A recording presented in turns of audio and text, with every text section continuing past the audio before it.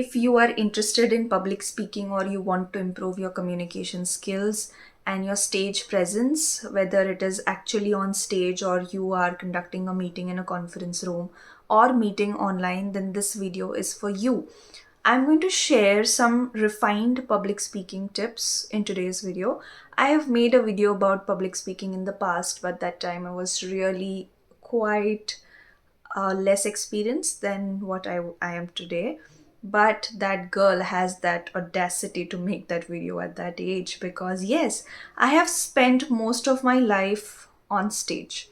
So, anchoring, getting people ready for school programs and then sending them on stage, managing the backstage. So, I am that kid who is so interested in extracurricular activities in school.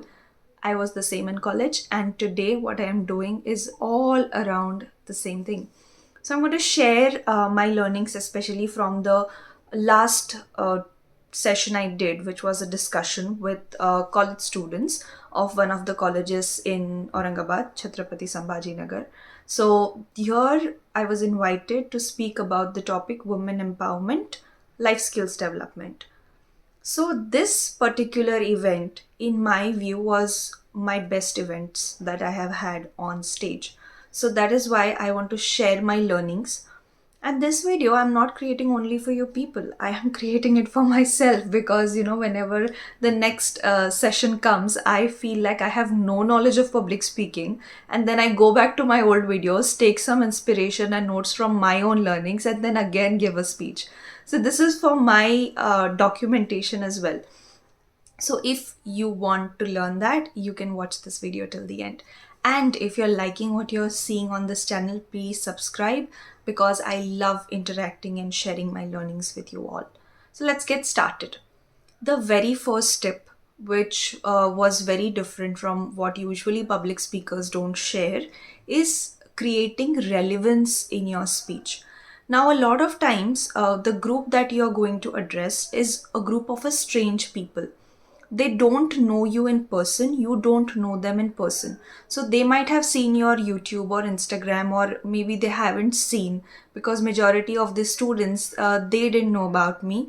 One of their faculties knew about me, so they don't know about me, right? So establishing that connection instantly with the crowd can only happen if you're talking something of relevance to them.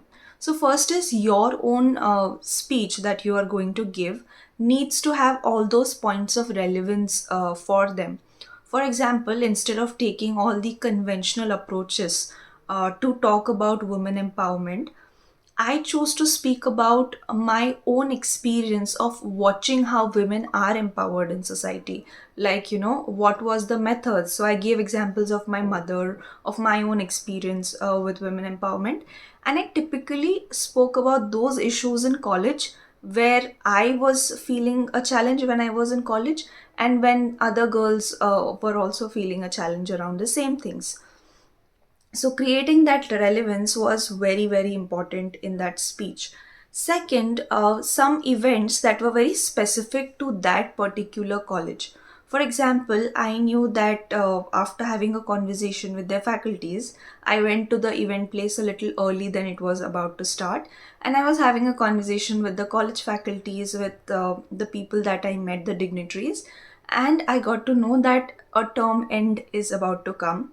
So there are submissions and there are assignments. So when I typically spoke about time management and stress management, I gave them an example of assignment submission and completion, which is a huge topic in engineering itself, right?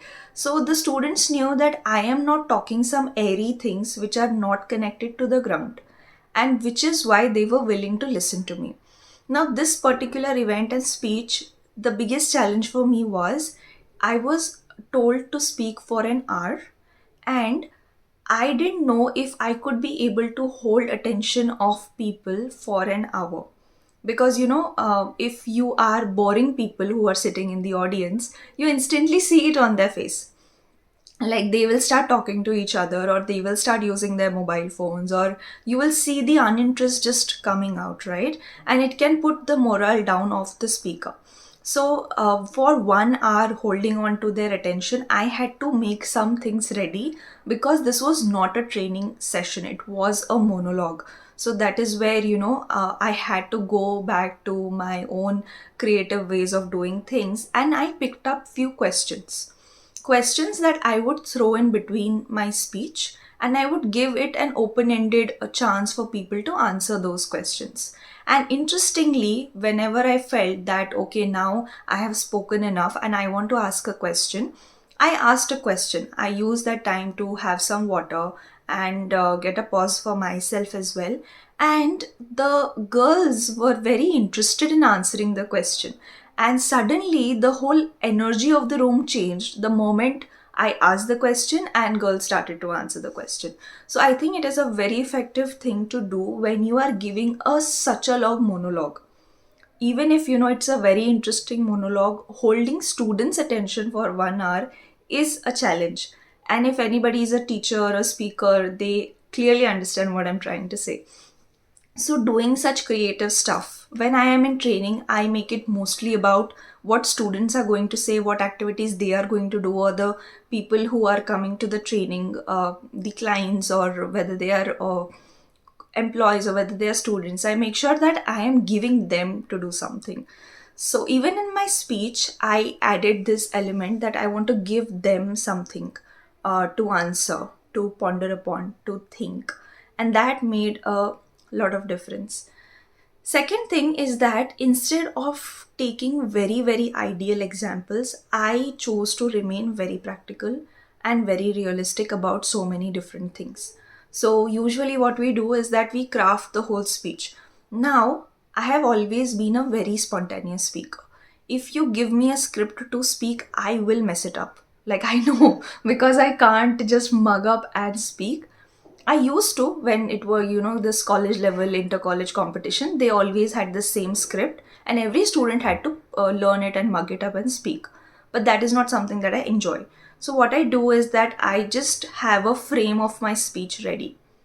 The structure is ready on the paper, the structure is ready in my mind, and I go with the flow while speaking. And that is very evident whether it is my YouTube videos, whether it is my reels, whether it is my speech, that I use structure and flow in my speaking. Completely flow gets you all over the place, and when you have some structure, it's very interesting for the person to know, okay, this is the end and this is the start of the speech and this is what we have learned in between. So that is the same method that I followed even when I was going on stage and speaking. And today, if you are imagining why am I holding the mic, because I love mic. So instead of always having, I prefer that I hold the mic, or I have a different mic. What is it called? I forgot. Okay, so we have standing mics, we have the podium ka mic. So I was using the podium mic most of the time, but I also kept a mic handy if I want to hold it. So you may want to play around with these things. Okay, so if you are not used to going on stage and these things like the microphone and these other tools which are there, the podium, if all of these things tend to like give you some kind of nervousness and anxiety, I say go on the nearby stage that you have and you practice speaking along with these things, because it makes a huge difference. Just because I have this habit, or you can say I've had experiences from my school and college days to hold the mic, to speak, to be on stage, it didn't feel like I was, in a new space. I was in a different space. And I was very focused on delivering what I have to say. I was not focused about what are people thinking about me. So, coming to the next point, when you are a public speaker, you need to do justice to the content that you want to deliver. You don't have to impress people. The moment you will come into this industry to impress people, the more nervous you're going to be. So it's very important to understand that I am not here to impress people. And I think the most beautiful element in this whole thing was that I had light a lamp in front of Saraswati Devi's statue, and I feel that her blessings are there with me on my family most of the time. So if there is something like this, there is a god or that you pray to, or you want to take the blessings of your family members just before you leave for such an important event, please do that. Because this is something that nobody talks about, and you may find it, yaar ye to hum karte hi hai, before going to exam or before going to any important event. But it makes a huge difference. It gives you a very positive start, and I truly believe that having the Saraswati Devi's photo in the background made a lot of difference in the way I presented that day on stage. So just knowing that when you speak, you are not only representing yourself, your brand, your people, and all of that, but you are becoming a medium for higher knowledge. And those people who teach, they know what I'm talking about. They know that the energy that they get or the knowledge that they get, sometimes we feel like it has come from thin air. We feel like, oh, I don't know from where did this come to me. But we always say that this came to me, right? This idea came to me, the content came to me. And hence, I always say that you will feel more connected towards people and others. And I say this to all public speakers that you are just a medium. You are a medium that the universe chooses to speak from.